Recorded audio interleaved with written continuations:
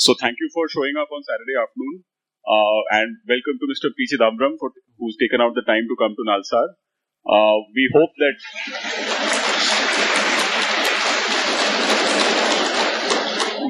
everyone will take something away from this discussion. So while we did request Mr. Chidamdaram to speak about the union budget, maybe there might be some scope for other questions as well. So possibly the lecture will be for the better part of an hour, followed by some time for questions. So as a token of appreciation, I'd request the Vice Chancellor to hand over a small bouquet.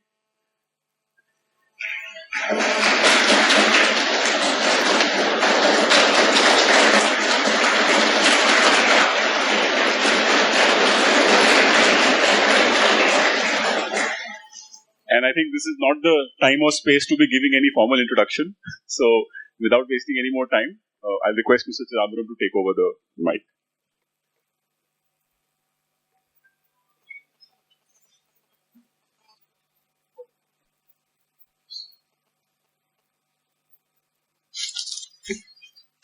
What is this? Okay. I can keep this in touch.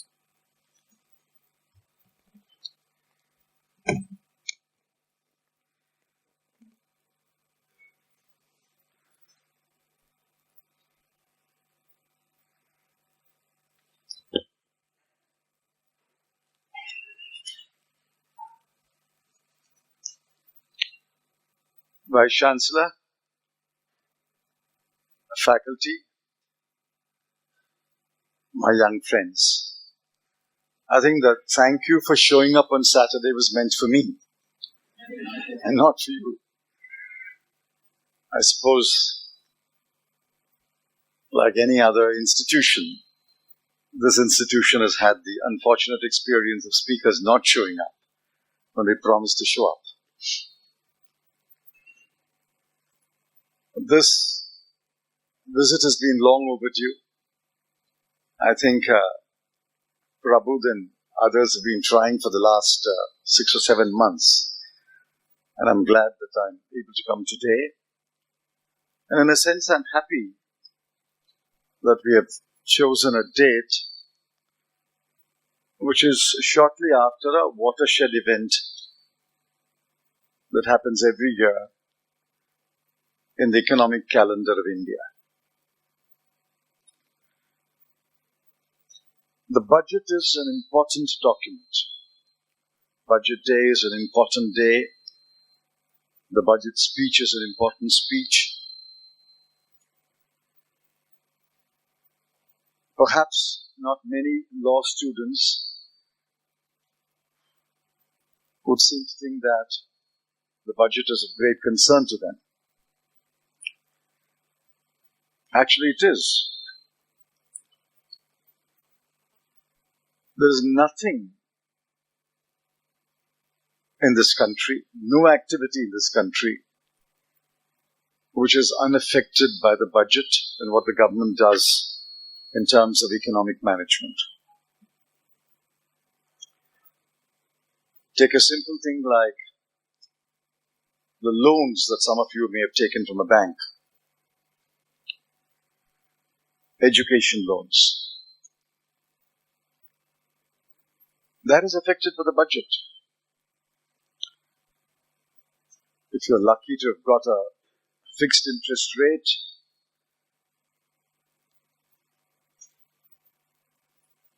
then I can only compliment you for your luck. But if you've got floating interest rates, the budget will affect you. Those of you who are in the 4th and 5th year are looking for placement. The budget affects the placement market.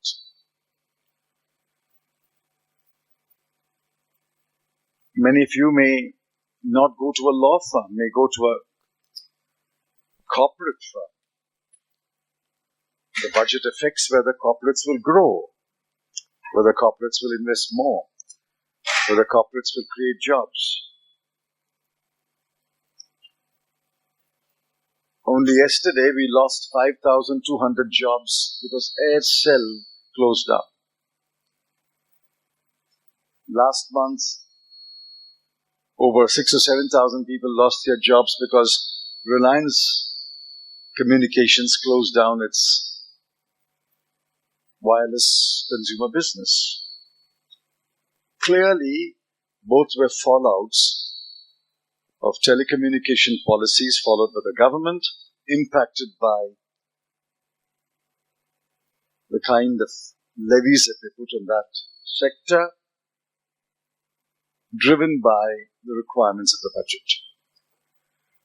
So if any of you thinks that the budget is a statement of income and expenditure with which you are not concerned, I think you should disabuse yourself of that notion.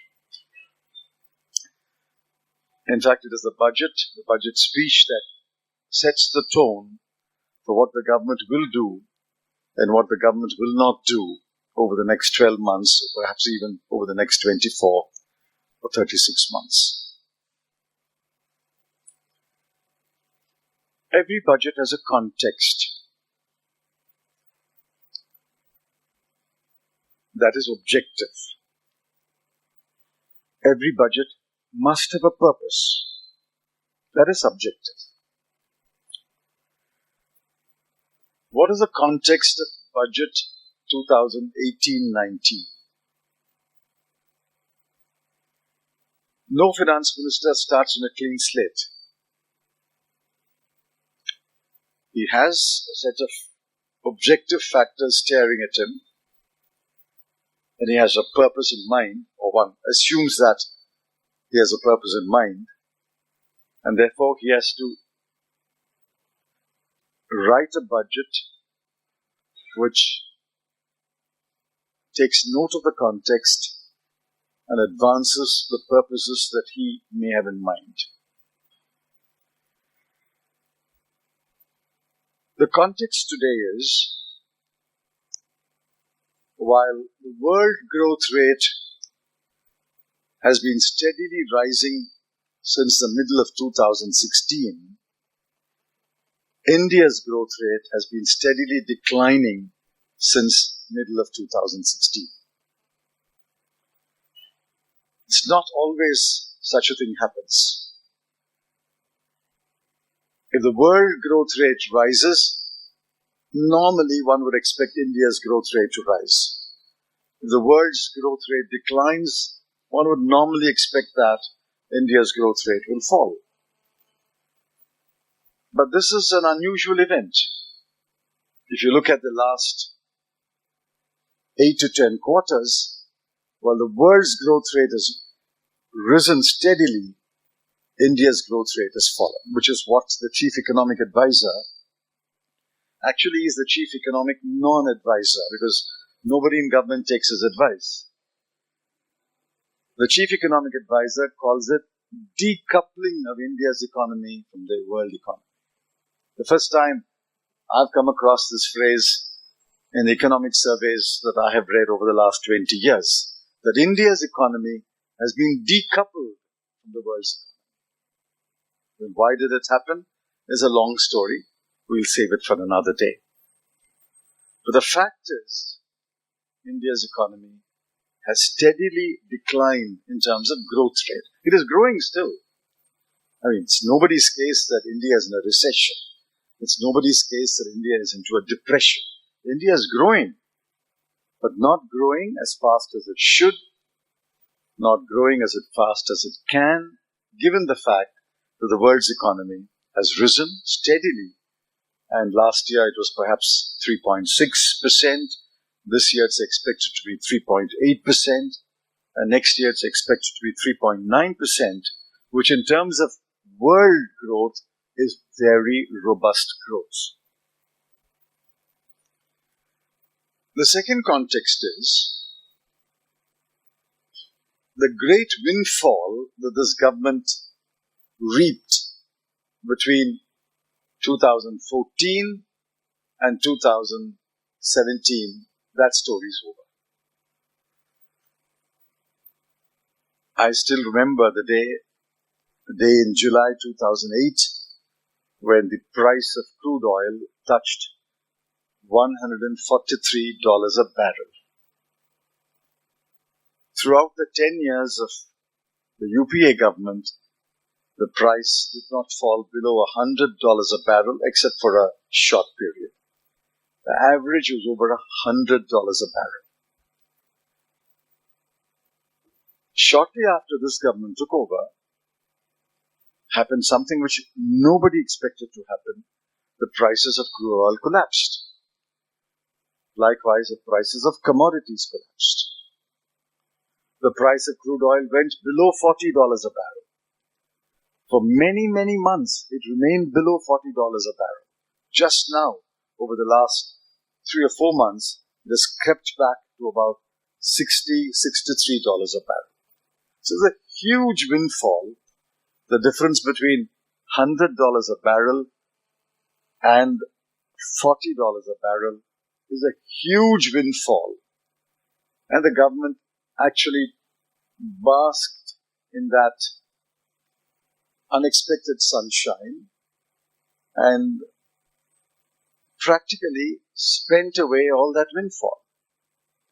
Today, it faces a situation where prices of crude oil are likely to rise. It may not rise to $100 a barrel, but clearly the windfall opportunity is over.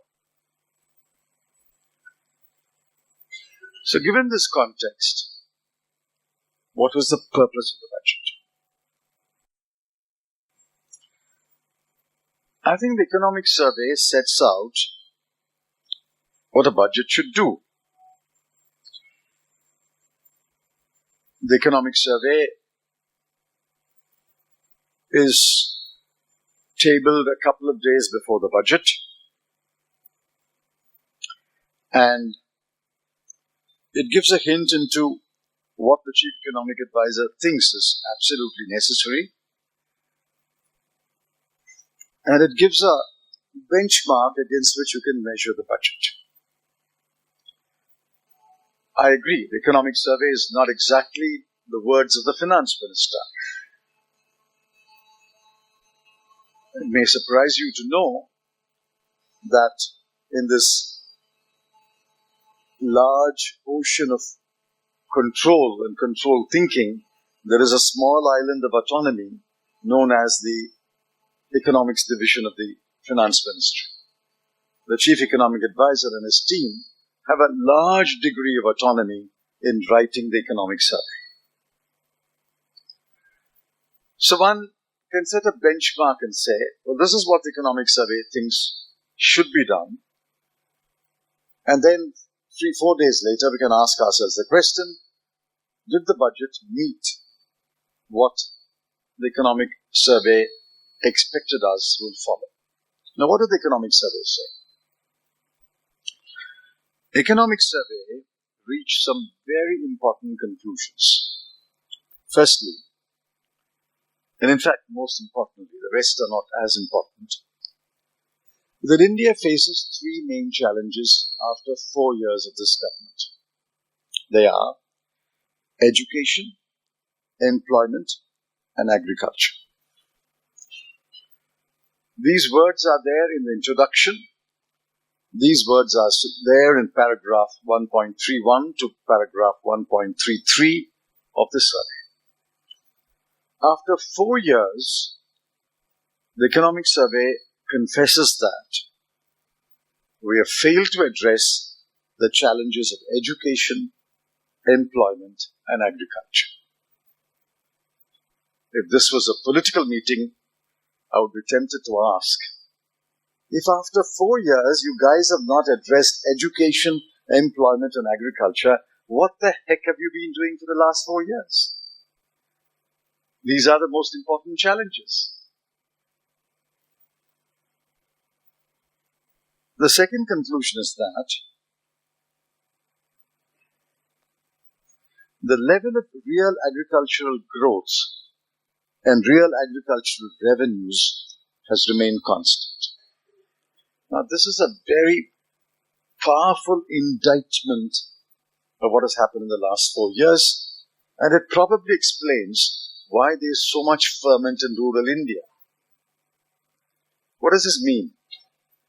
Real economic growth and real agricultural revenues have remained constant, which means relative to the non-agricultural economy, the output of the agricultural economy in real terms, that is adjusted for inflation, has remained constant.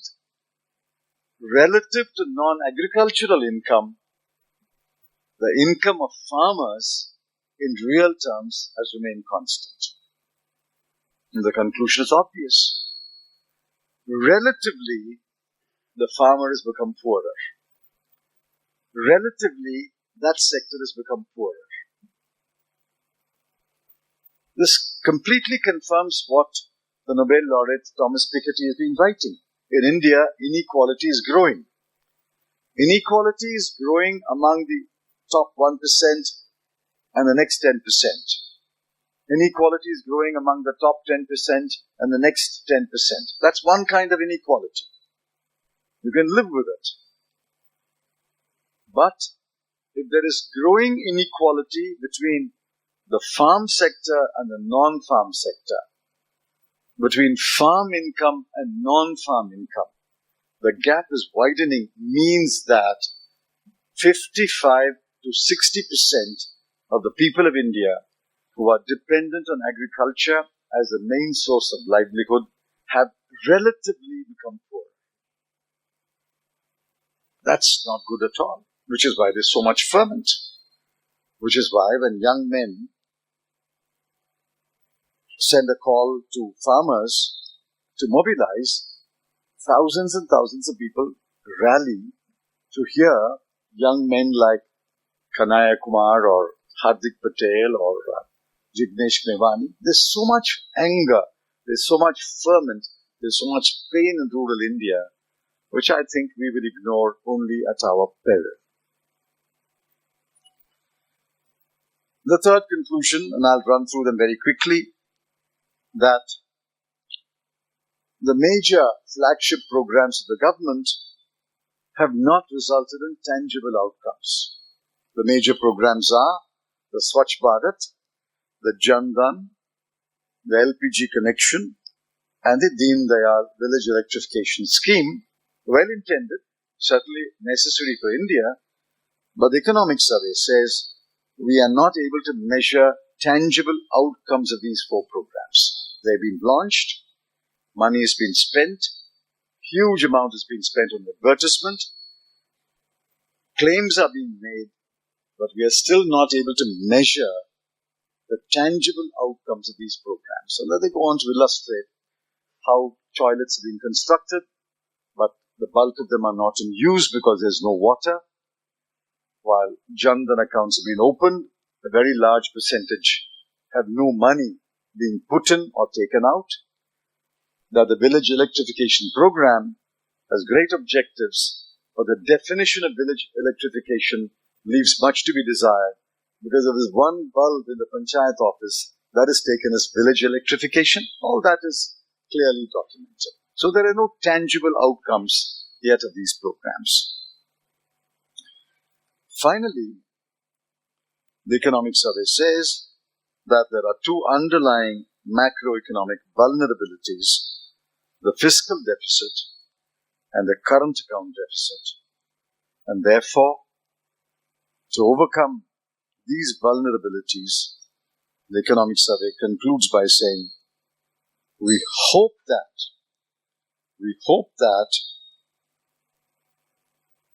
the world economy maintains its growth momentum and oil prices do not persist at current levels. So virtually they're throwing in the towel.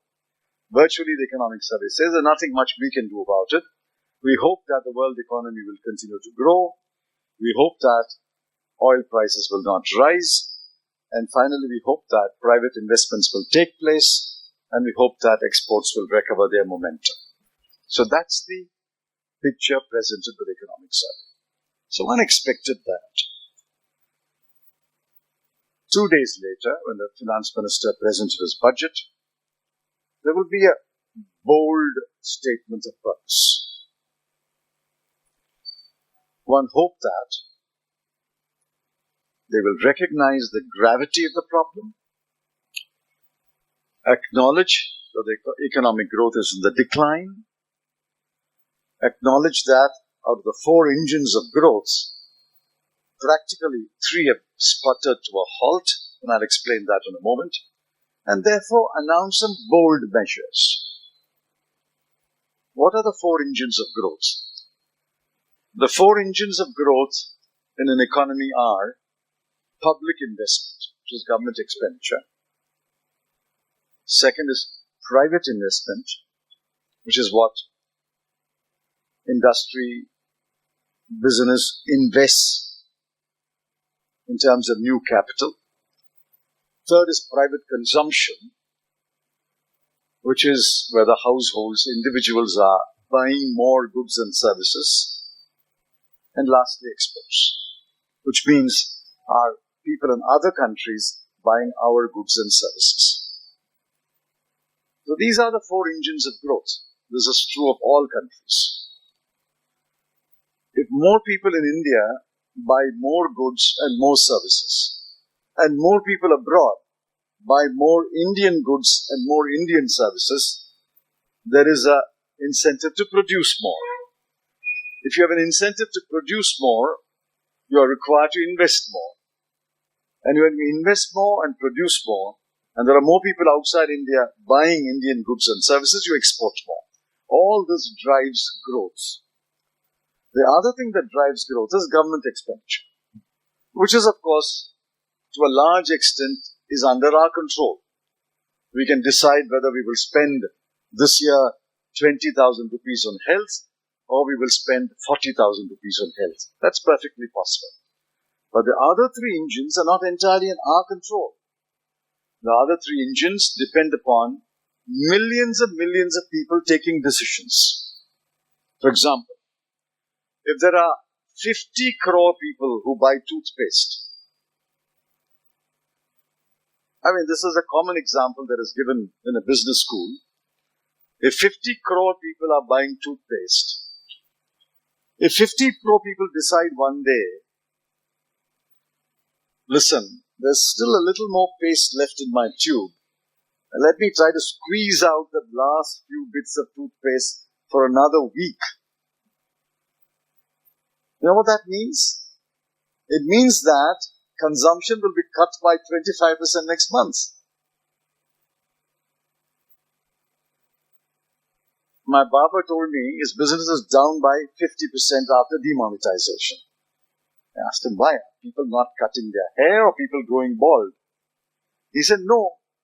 People come to cut their hair, but they're no longer enjoying that luxury of having a shave along with a haircut. They rather prefer to shave themselves. People are coming to cut their hair, but they're not coming once in 4 weeks, they're coming once in 6 weeks. People are coming to cut their hair, but they no longer say, let me have a pedicure. And when all these value-added services disappear, this custom falls by 50%. It's consumption that drives production, and production which drives investment. Why do you think soap companies advertise their soap? We all know they are soaps, but why do they advertise? The advertisement is to entice you to buy one more bar of soap. Advertisement is to entice you to buy one more bar of chocolate. Consumption is not bad. In fact, in a market-driven economy, consumption is the only way to keep the economy going. So one would have thought that the budget will recognize that the economy is in the decline, the 3 engines are sputtering, and the only way to get these engines going is to somehow stimulate consumption and stimulate investment. Unfortunately, if that was the purpose of the budget, I think a responsible finance minister should have kept that as the top 2 objectives of the budget: how to stimulate consumption, how to stimulate investment. This budget has failed. This budget has done nothing to stimulate consumption. This budget has done nothing to stimulate investment. Let me quickly illustrate that. If you look at the finance bill towards the end, you will find that customs duties have been increased across the board over a wide variety of projects, from fruit juices to footwear. Now, this is completely retrograde.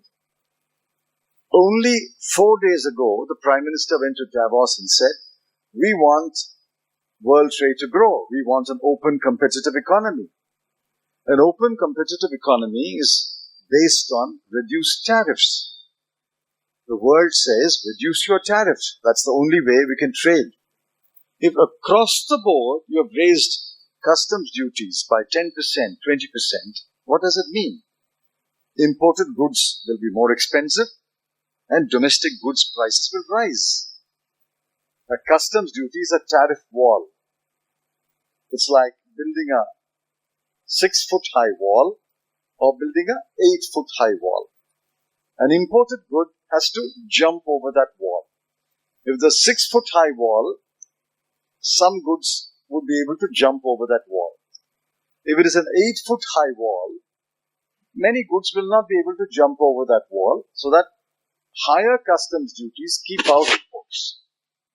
But what about the guy who's behind that wall?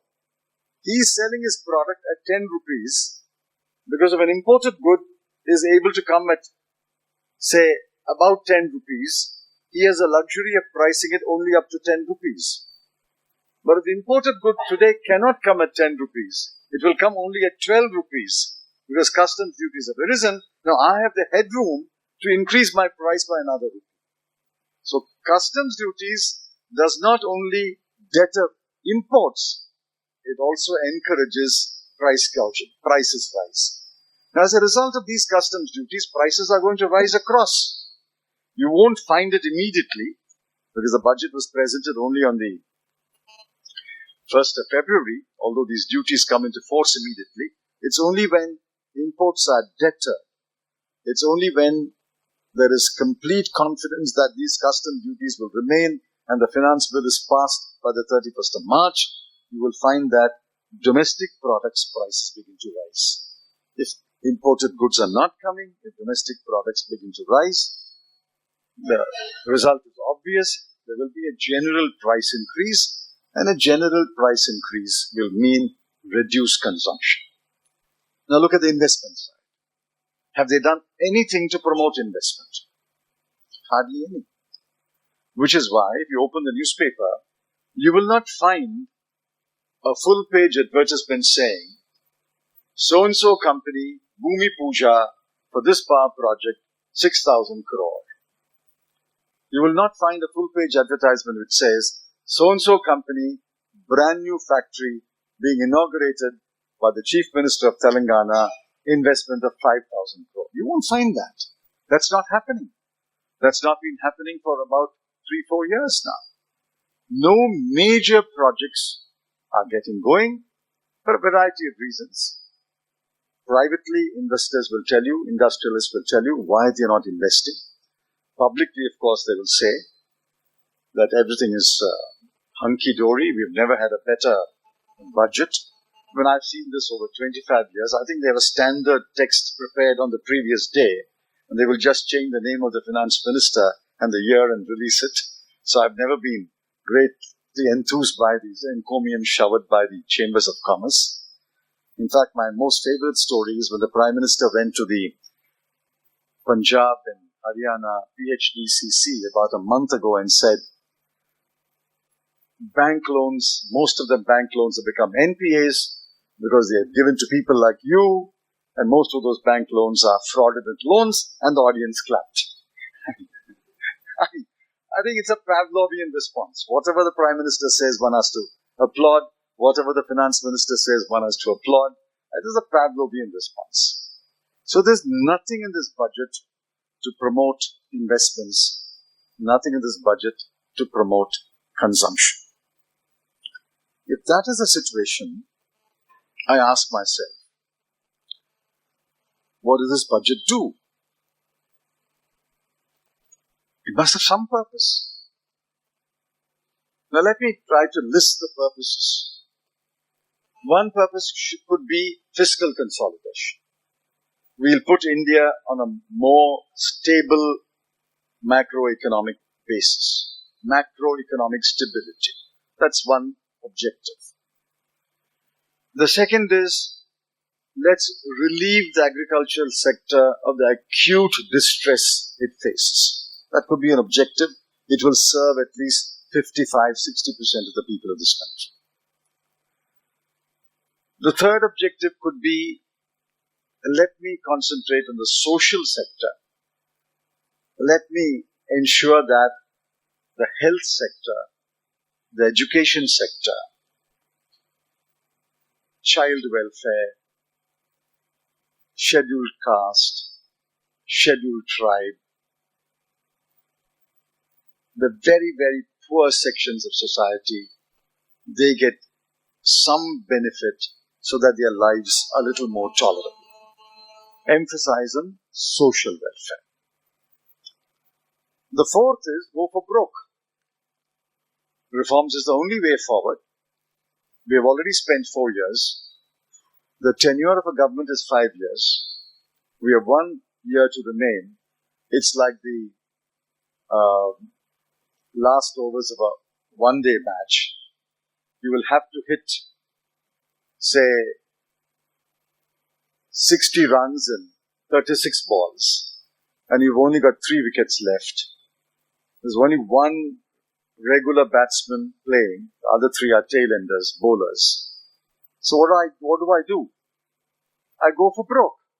I swing at every ball and see whether some of them connect. Maybe I will win, like South Africa won the second one ODI 3 days ago. So that's the way to look at it. Now, what does this budget do? Take each of the 4 questions. This budget failed the test of fiscal consolidation. And that's my strongest criticism of this budget. It will have very serious consequences. It already has serious consequences.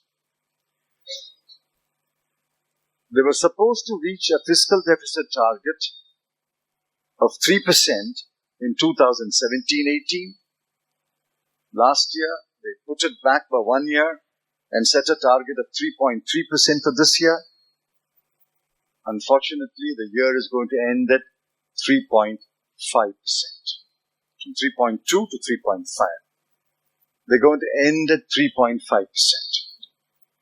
After this government took over, the goalpost has been shifted 3 times. And now the goal of 3% is being pushed back to 2020-21. This has already serious consequences.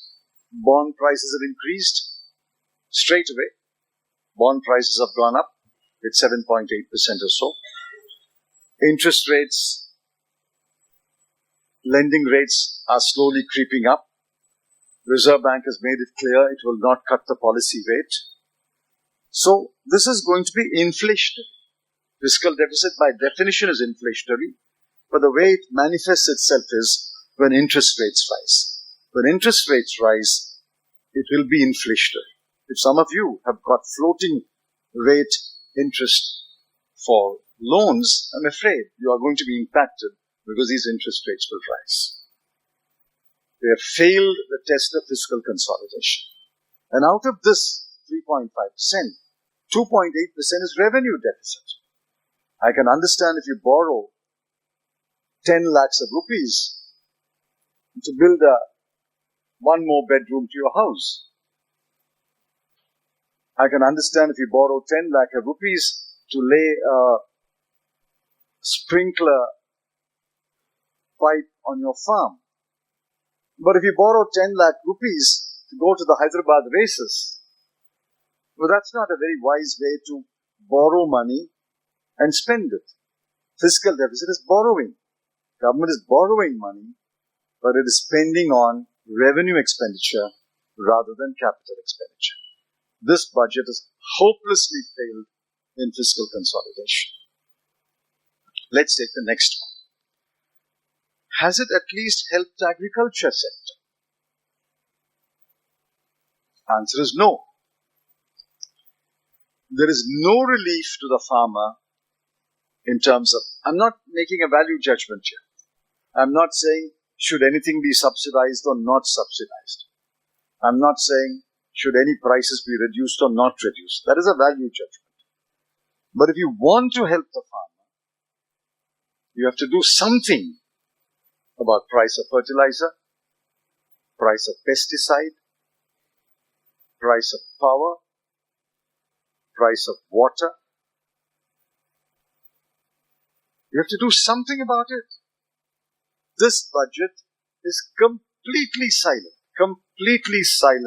about any of these matters. They could argue, I don't have to say it in a budget speech, I can say it later. But so far they've said nothing. Which is why farmers all across the country have condemned this budget as having provided nothing to relieve the distress of the farmers. There's no loan waiver either. The only thing this budget says to the farmer is, I will give you MSP. This is the first of the three jumlas that I've spoken about.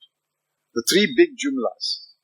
By the way, jumla is India's contribution to the English dictionary of 2018. You will find, take my word, 2 years from later, Oxford English Dictionary will have the word jumla, like we have many Indian words, kacheri, kichri. So many Indian words have entered the dictionary, this word jumla is going to enter. Suddenly in the fourth year, this government wakes up and says, we're going to give you MSP equal cost plus 50%. The farmer is asking, what were you doing the last 4 years? Why didn't you give it to us? Well, Mia Kalpa, we'll give it to you this year. The farmer then asks, which cost? What cost are you talking about? Cost plus 50% means you must define cost. First tell me what is the cost. There are three kinds of costs for the farmer. One is input cost. What is called A2. And the other is input costs. Input costs are fertilizer, seeds, pesticides, water, power. The second is A2 plus family labor. Because family labor is to be valued. Is it that the cost you're taking? And the third is A2 plus family labor plus notional cost for capital, which is land, the rent for the land, and notional interest on the financial capital. Because everybody puts in some money, you'll have to charge a notional interest on that. Land is used as capital, you have to charge a notional rent on that. If you take all that, is that the cost? That is C2 cost. So when the finance minister said, I'm going to give you cost plus 50%, next day, Dr. Swaminathan, Dr. Ashok Gulati, everybody, every agricultural economist worth his name said, which cost, Mr. Finance Minister? Are you saying 50% of A2? Or is it 50% of A2 plus FL? Or is it 50% of C2? Now, we are on the 24th day after the budget. There is no answer to this question. Why is there no answer? Because they announced the decision and now they're putting on their thinking caps to find out which cost shall we use. You didn't plan for it. You didn't provide for it in the budget. You just made this grand announcement in the hope that this will hoodwink the farmers. But believe me, no farmer is being hoodwinked. The very next day, in fact, on the very same day, I asked the question, which cost, Mr. Finance Minister, are you talking about? There is no answer for the last 24 days, and they can't come up with any reasonable answer. And unless you give the farmer a reasonable price for his produce, a price that includes profit, he's not going to be in farming. I don't know how many of you come from farm family backgrounds or rural backgrounds. I come from a rural background, not from a farm family background, but a rural background. I have hundreds of farm families who are my friends. Believe me, not one farmer, unlike a lawyer. What would you like your son to be? I'd like him to be a lawyer. A doctor. What would you like your son to be? I'd like him to be a doctor. What would you like your daughter to be? I'd like her to be a doctor. I mean, that's very normal. You think only politicians want their sons to be politicians. But doctors want their children to be doctors. Lawyers want their children to be lawyers. Businessmen want their children to become the managing directors and chairman of their businesses. I have not come across a farmer who says, I want my son to be a farmer. Have you? I have not come across a farmer. Not one farmer has told me, I want my son to be a farmer. Nor has one doctor told me, nor has one lawyer told me, nor has one civil servant told me he wants his son to fry pakoras.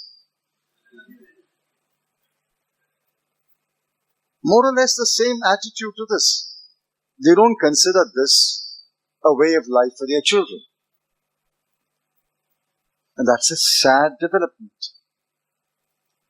And I'll digress, take a couple of minutes to tell you that. India's requirements of food can only be met in India. There is no country in the world which can produce the food we need. We are 132 crore people. 10 countries in the world together cannot produce the food that we need. We have to produce the food that we need. We are not Singapore. If we are Singapore, you don't have to produce any food. You simply earn money otherwise, earn foreign exchange and import all the food you want. But we are India. We are 132 crore people. Unless we discover an alien planet civilization, which has got huge amounts of land, which can produce the food and send it to us, there's no way we can get the food from anywhere. There's no PL 480 anymore.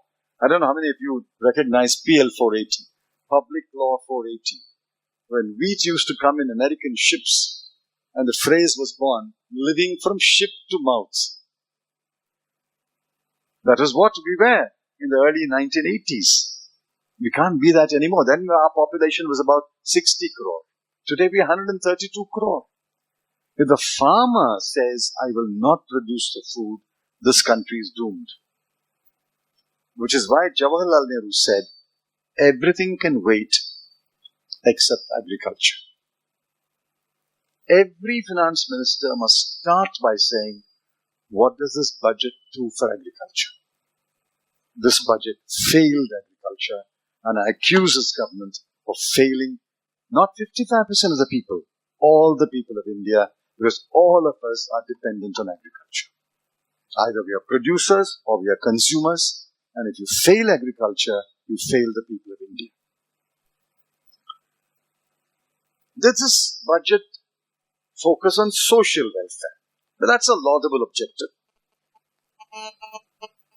If you say, all right, our health sector needs to be fixed, our education sector needs to be fixed, these are in the directive principles of state policy, the statistics stare in our face, empirical studies reveal a very, very distressing situation. And I'll tell you one or two statistics. 1 out of 2 children in this country is anemic. That's not your sister, your nephew, my granddaughter. We are looking at the other child. But 1 out of 2 children is anemic. 1 out of 3 children is stunted. Height for weight, weight for height. Stunted. And 1 out of 5 children is wasted. I hope you understand the meaning of the word wasted. Go back and look at a dictionary. Go Google what is a wasted child. A wasted child is a child who did not get enough nutrition between the age of 1 to 5, and therefore, for the rest of its life, its mental development and physical development will remain below par. That child is a wasted child. 1 out of 5 children in India is wasted. This is simply because we have failed to address nutritional needs. This is despite our enacting a National Food Security Act. Take education. What does the ACER report say? The ACER report says that a class 8 student cannot do simple arithmetic. A class 5 student cannot read a class 2 text. A class 5 student cannot tell the time by looking at the clock. And a class 5 student cannot do simple division. Unfortunately, we are becoming a divided country. There's one part of the country which is competing with the rest of the world. In fact, there are parts of India where the per capita is as good as a middle income country of the world. But there's another part of the country which we don't see. Or if we see, we turn our eyes away. For every child who comes to Nalsar, who goes to IIM, who goes to IIT, who goes to Oxford, who finds a place in Harvard or Cambridge, there's another child who can't do simple arithmetic. Another child who can't do simple addition and division.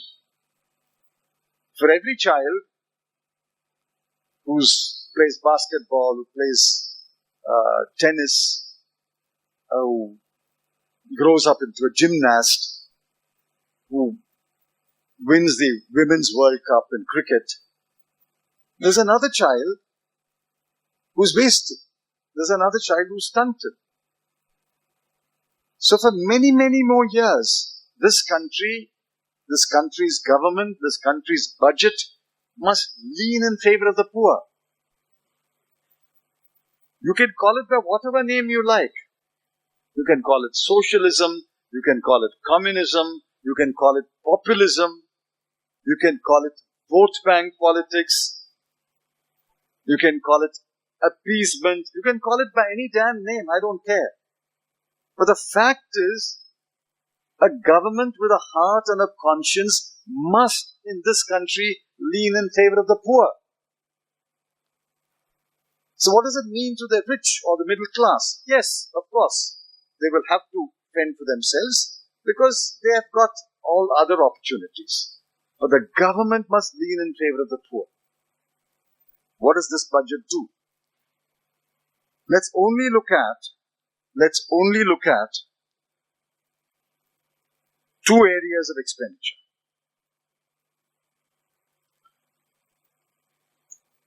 Health and education. Let me look at health. In 2017-18,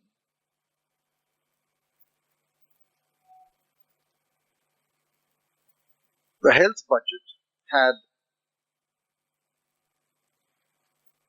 48,878 crore.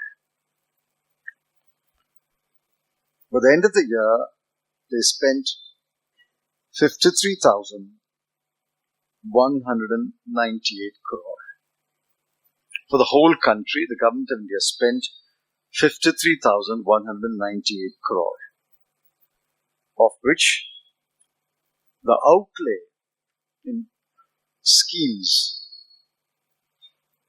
is only 31,292 crore. If you look at both health and education, the incremental money that was allotted after borrowing extensively, as I told you, they borrowed as against 3.2%, they borrowed 3.5%, is a pittance, it's a fraction. What is the consequence of that? The consequence of this is, and this is not an indictment of the present government, this is an indictment of all governments, including mine. There are 1 lakh schools in this country without one teacher schools. There are hospitals, huge shortages of doctors and nurses and paramedical personnel, technicians. There are schools without libraries. There are schools without laboratories. There are colleges where the staff vacancy is so huge that teachers have to teach classes of 100 and 150. Which means that while the need is to do it today, because we are not allocating enough money, we are postponing the fulfillment of that need by 2 years or 3 years or 4 years or 5 years. What does that mean to the health sector? What does it mean to the education sector? What it means to the health sector is many, many more people will be turned away from basic health care. Many, many more people will not get the educational opportunities that they need and the educational levels that they should attain.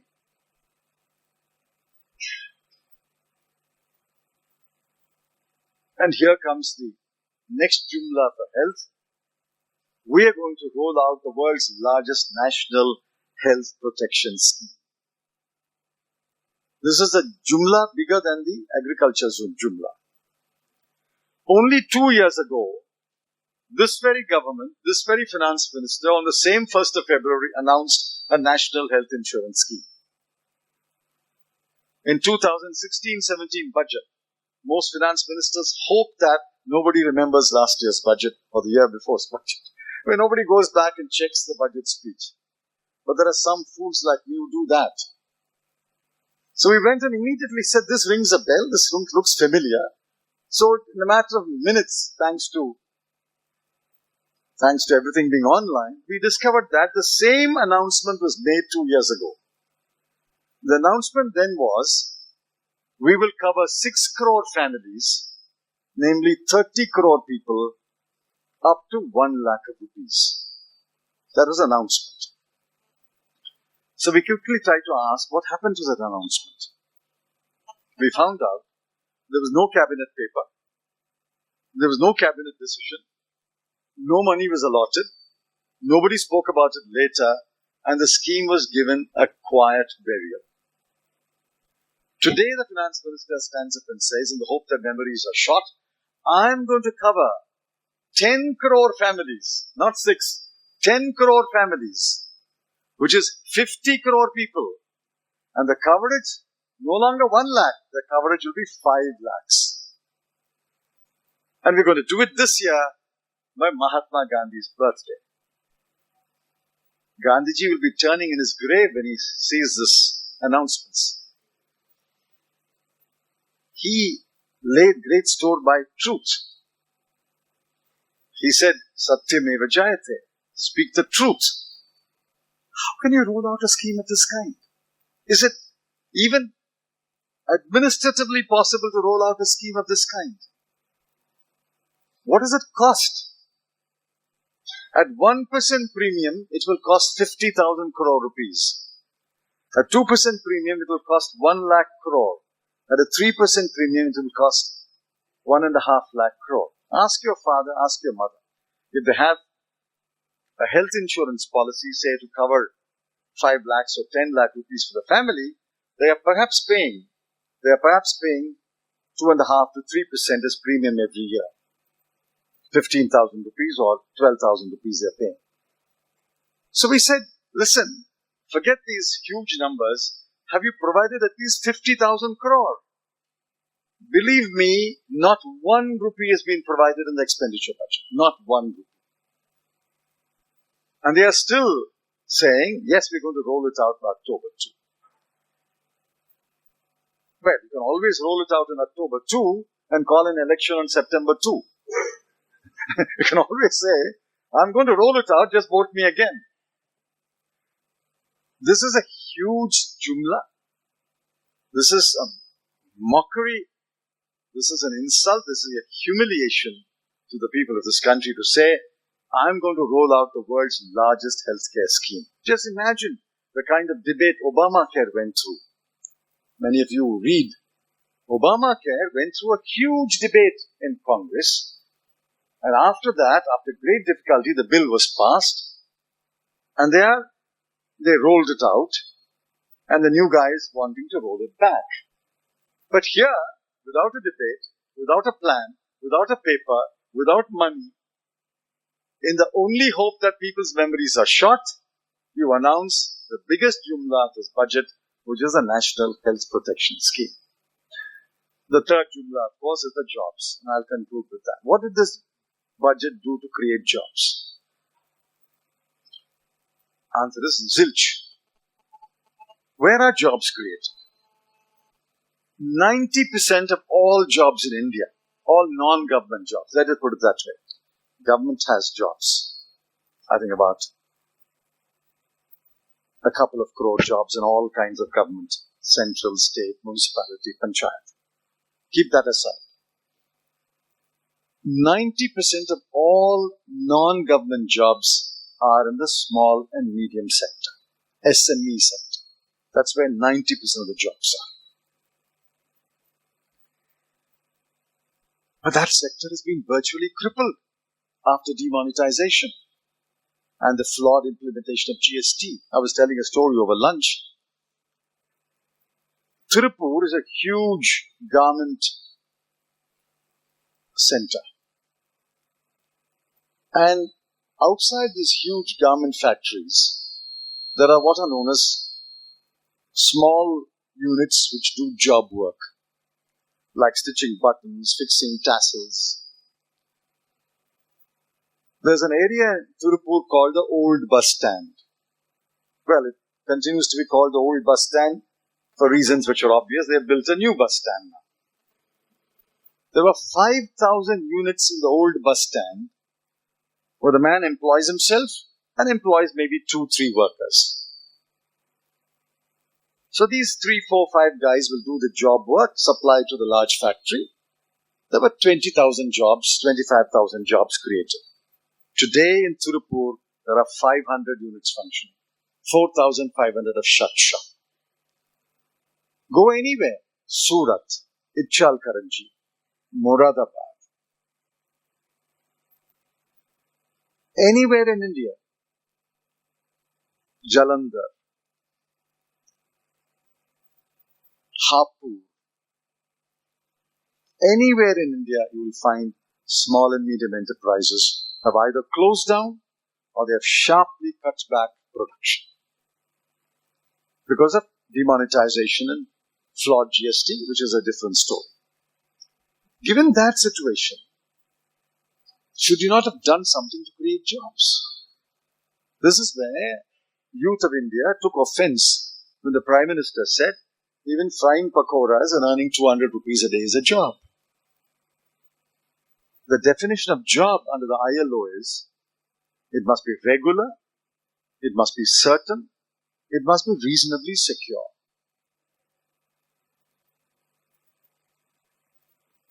You can fry pakoras every day, but there's no guarantee that all the pakoras will be sold. There's no guarantee that anybody will come to you on a very warm day or on a very rainy day. And there's no guarantee that the beat constable will not shoo you away tomorrow from the spot you're occupying on the pavement. It's an insult to the people of this country to say flying pakoras is a job. What young people want is regular jobs. Regular jobs. You must distinguish it from self-employment. And you must distinguish among self-employment ILO-defined jobs and not the ILO kind jobs. I'm a lawyer practicing on my own. That is self-employment. Many of you may join a corporate firm. Many of you may join a legal firm. That is a job. But even within self-employment, it must be self-employment which is regular, certain, and reasonably secure. That kind of jobs is not there. There's nothing in the budget to create jobs, to incentivize the creation of jobs, which is the second reason why there's huge ferment among the youth. The first reason is agricultural distress. The second reason is there are no jobs. No jobs for urban youth, no jobs for rural youth. Let me take a minute to tell you what kind of jobs you have to create. Most of you know only 15 or 17% of school-going children join college, which means the bulk of India's children stop with class 12 or below class 12. In fact, the bulk of them stop at class 8. And in that bulk, a huge proportion stops at class 5. We have to find jobs not only for Nalsar graduates. We have to find jobs for class 12 students, pass or fail. We have to find jobs for class 8 students, pass or fail. We have to find jobs for class 5 students, pass or fail. What kind of jobs can you find for them? Infosys is not going to employ a class 5 or a class 8. Amarchand Mangaldas will not employ a class 12. Therefore, India has to create all kinds of jobs, farm jobs, non-farm jobs, semi-skilled jobs, skilled jobs, highly skilled jobs, specialized jobs, professional jobs.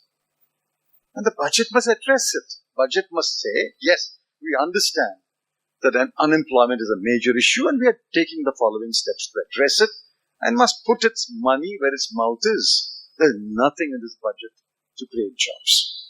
So I conclude by saying this budget has failed the test of fiscal consolidation.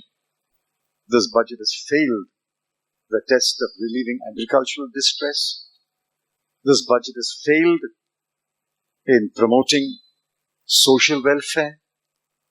This budget has failed in creating jobs. The only satisfaction I can draw is that, thank God, this team will not present another budget next year. Thank you.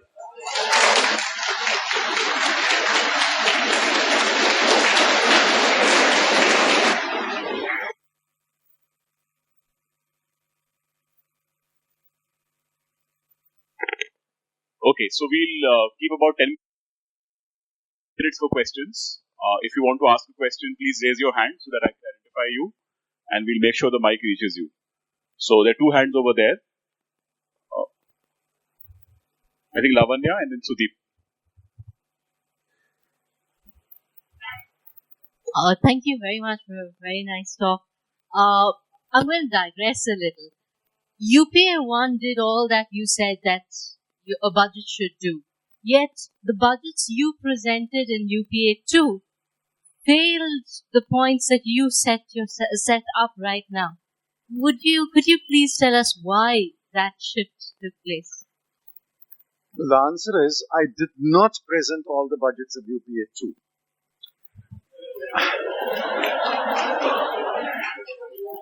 There was no distinguished person who presented the budget of 2009, 2010 and 2011. Well, actually, 2009 elections, yes, 2009 July budget, 2010 February budget, 2011 February budget, and 2012 February budget was presented by another gentleman. I returned to the finance ministry only on the 1st of August 2012. And I did present the 2013 budget, and I presented an interim budget. So out of the 5 UPA 2 budgets, I presented only one. So I take responsibility for 20% of the sins. Okay.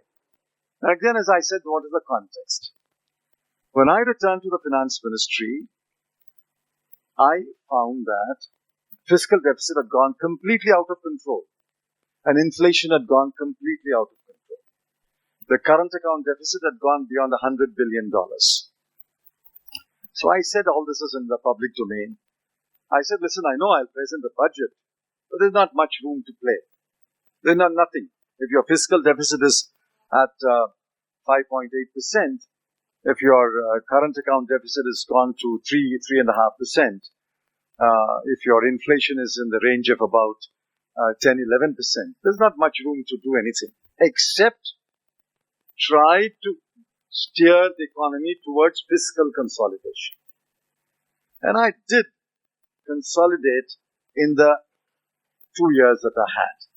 1st August 2012 to March 2014, I had about a year and 7 months. I did consolidate. I was telling the Vice Chancellor, we did bring down the fiscal deficit to 4.8%, a reduction of almost 1.4% in 2 years. We did bring the current account deficit down to 0.5%. We had to take very hard measures, like squeeze the import of gold, etc., etc. But I did consolidate. But there was nothing much else one can do. Given that context, I'm glad that I consolidated the fiscal balance sheet. And when we left the government, the fiscal balance sheet was certainly healthier. And we left, according to this government, CSO, the last year we left a growth rate of 6.4%. So that's the best that could be done in the last year and a half. Good afternoon, sir. So I come from a rural and a farm background. So with utmost humility, I want to say that every single time, be it any form of government, UP or India, they both have they have massively failed to tackle the problems of the farmer. So we are also farmer. Every single year we have a loss of average 10,000 rupees. The question is, do we need to change our methodology when we address the problem or when we take the cognizance of the problem? You're right. The farm sector requires many, many more radical reforms, some of which may not be politically feasible. For example, after 30, 40 years of land sealing laws, ask the question, and you can reflect on it, because I have no answer. What has happened is fragmentation of farm holding. Farm holdings have become smaller and smaller and smaller.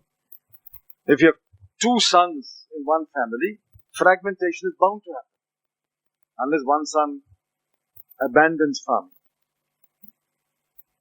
Net result is the average holding in this country is less than 1 hectare. That is 2.2 acres. That is the average holding in this country is less than 1 hectare. Given that kind of fragmented holding, it's not possible to do major reforms in the country. Given that background, we have to do whatever is possible. According to me, price is the best signal to the farmer. You can give him any number of bhashans, but ultimately what he wants to know is what is the price I will get when I take my produce to the market. Take the UPA's record. Not a stellar record, but I'm presenting the record. Take the MSP of every produce in May 2004 and take the MSP of the same produce in April 2014. In every case, I've got the numbers, in every case MSP doubled. If we were giving 1800 rupees a quintal in the first year of the 10-year period, we gave 3600 rupees a quintal. If we were giving 180 rupees a quintal, we were giving 360 rupees a quintal. In every product, the MSP doubled. So we sent a clear price signal, which is why in that entire 10-year period, except that one drought year, you will find that agricultural input rose secularly. The agricultural output graph rose secularly. I'm not saying it made the farmer rich. In fact, my theory is no farmer can become really rich on 2.2 acres of land. He can never become rich unless he strikes gold or oil. There's no way he can become rich. How can he become rich on 2.2 acres of land? You can never become rich. The answer, therefore, is to find non-farm income for the farmer. He must have farm income. He must have non-farm income. And non-farm income is, of course, a number of things. Poultry, sheep rearing, cattle rearing, value-added products, flowers. That is the only way in which the farmer's income can be increased. It's a massive job. Agriculture is in the state sector. Center can only devise plans and give money. It has to be implemented at the state level. It's a massive job. I'm not saying that we succeeded in solving the problem or even laying down a blueprint for solution of the problem. All I can say in my defense is, we ensured that the price signal was consistent and clear. Year after year, we told the farmer, you will get a higher price. Okay, so I saw two hands. I think one student at the back, and then there's one more gentleman here. Yeah, please ask your question. So you said that employment is a big problem in India, and after the introduction of AI, the employment is definitely going to go down because automatized jobs will be there. So, according to you, what do you think which sector will be the biggest employer of the Indian people? As we see that there is a big demographic dividend in India, and India is becoming younger as compared to the other countries in the world. So, which sector will be the biggest employer of the Indian youth? See, as I said towards the end of my lecture, there's no answer to the question, which sector will employ India's youth? India's youth is not homogeneous. I just now told you there are class 5 failed, class 8 failed, class 10 failed, class 12 failed, BA pass, which is virtually nothing. What is a BA pass? What skill does he have? Electrician, a refrigerator repairer, a carpenter has more skills than a BA pass. That's a fact of life. Therefore, there's no one sector which will employ. India's peculiar problem is we'll have to find jobs for this very heterogeneous mix of young people. We'll have to find jobs for class 5 failed. We'll have to find jobs for a PhD in physics. So every sector has to become employment oriented, including the farm sector. Farm sector can employ, research has shown, it cannot employ more unskilled pair of hands, but it can employ more skilled pair of hands. It might look like a dichotomy, it might look like a conundrum to you. Farm sector is overburdened by unskilled pair of hands, but farm sector is crying for skilled pair of hands. So even the farm sector can employ more skilled pair of hands. And one statistic which I quoted in one of my columns said, of all graduate students in all colleges and universities in this country, 0.5% join an agricultural college. Which means very few skilled agriculturists are coming out of colleges. But farm sector can employ skilled agricultural graduates. So across the board, you'll have to look for job opportunities. From fishing to, say, mountain skiing. In every sector, there are potential for jobs. Yeah, there was one in the first row. Sir, just to piggyback off that other question on jobs.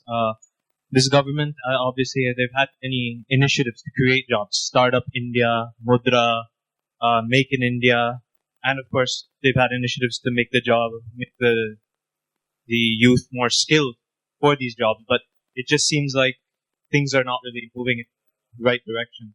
What would you do right now to make those programs better, or to make people employable? Or would you just do away with them? Because it seems like Manrega has only gone up, especially, and people are going back to safety nets more and more. I won't do away with these programs. I said in my lecture that these are well-intentioned programs, but they failed in implementation. Well, I've said it elsewhere. These are very incompetent managers. So you can have a great company, you can have incompetent managers, the business won't flourish. There's nothing wrong with Swachh Bharat. But once you assume that the toilet is those 4 walls and a commode, and that's it, and you don't want to listen to dissenting voices. For example, the Center for, Sunita Narayan's Center. Science, what is the Center for? Science. She has written, researched and pointed out that unless you have water and a system for waste disposal, a toilet will cease to be a toilet after a few days. Now, this is common sense. But what does the Ministry of Sanitation say? We have built so many toilets. What you have built is so many rooms. What you have built is so many rooms and installed so many commodes. But you have not built a toilet unless you ensure there's water. And unless you ensure there's a waste disposal system. There's no waste disposal. And Sunita Narayanan's demonstrated that waste disposal means it just, a drain is cut. It takes it to the nearest village pond. Now that makes the village pond worse. So there's nothing wrong with Swachh Bharat. Everything wrong with Amitabh Bachchan coming and taking a broom once a year. That's very wrong. If, in fact, when I meet him next, I'm going to tell him, don't do it. I mean, it's not even a photo opportunity. It's not even a sensible photo opportunity. Because rubbish is something which is to be cleaned every day, because rubbish is generated every day. You can't. And why should Amitabh Bachchan's broom be the symbol of Swachh Bharat? Actually, the municipal scavenger's broom should be the symbol of, he's the one who cleans it every day, not Amitabh Bachchan, isn't it? Therefore, I think we are mixing up schemes. Once you announce a scheme, it is being implemented. The same thing you can say about, I did mention about Deen Dayal Upadhyaya. Deen Dayal Upadhyaya may have been a good ideologue, I don't know. And name a scheme after him. But I have flown over rural Bihar in a helicopter with Nitish Kumar, a low-flying helicopter. You will find, unlike in most parts of South India, you will find you can fly for 20 minutes. You won't find a single electric light after 6 o'clock there. Or you might find one bulb somewhere. And I nudged him. What is this bulb? He says, maybe it's the Panchayat office. Now you put a bulb in a Panchayat office and say the village has been electrified. Like what they are now doing. They are declaring villages as open defecation free. You've read that? Every month they will declare X number of districts are open defecation free. You know, they have declared a district in Chhattisgarh as open defecation free. And the BSF and the CRPF DGs have told me as late as yesterday, some of those villages are inaccessible. How did you declare it ODF? The paramilitary can't enter the village. But the Ministry of Sanitation has declared it ODF. Okay. Where did the toilet go there? How did the toilet get constructed there? How do you know people are using the toilet?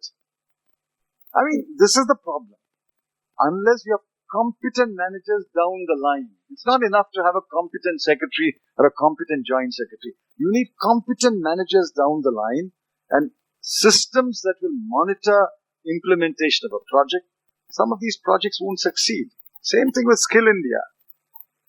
We started Skill India under Ramadure of TCS, but it's failed because of not competent management of the scheme. I'm not saying everybody in any other party is a great manager, but surely India has no dearth of managers.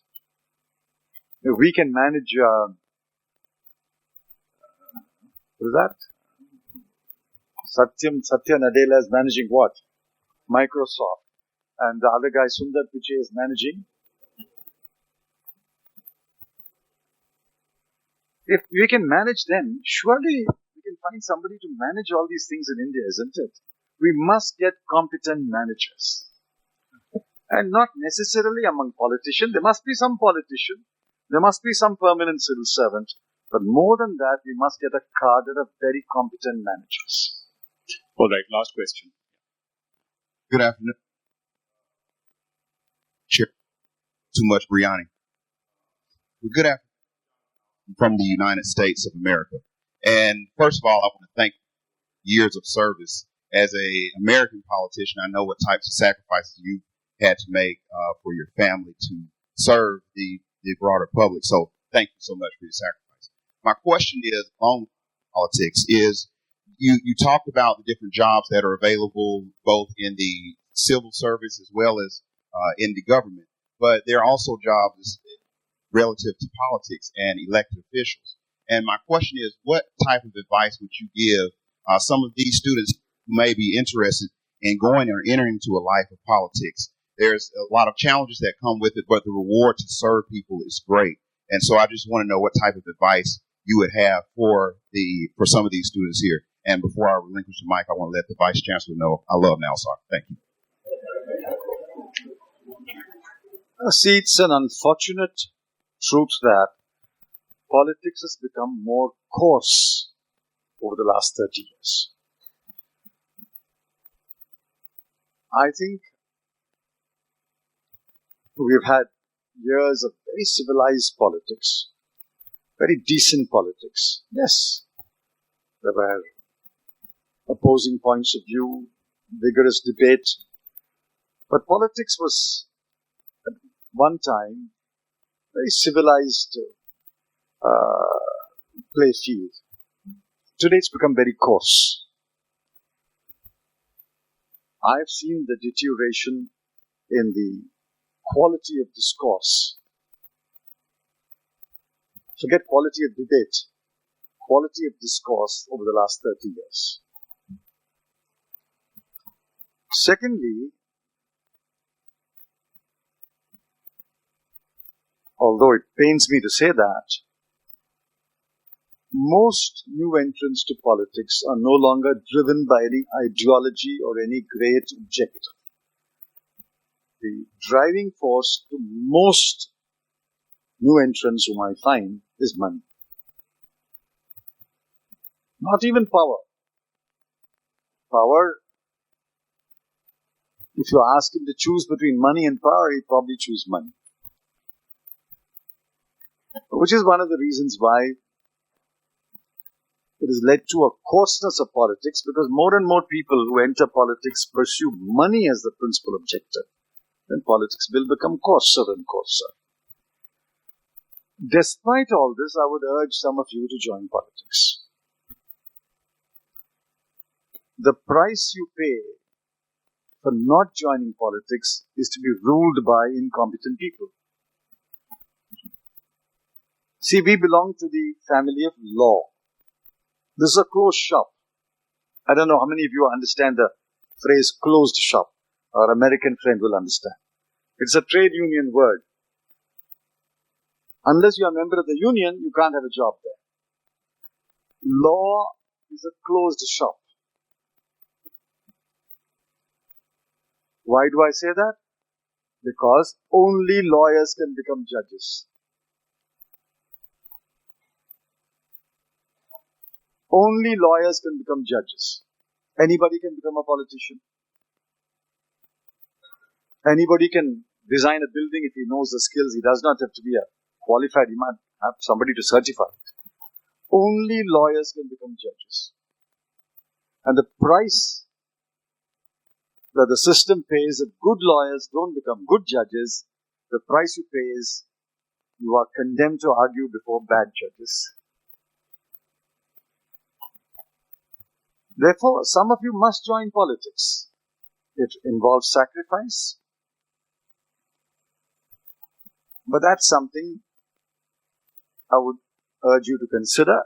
Not necessarily when you're 25. But don't join politics when you're 25. You will be taken over by the coarseness that sweeps across the system. Make a career.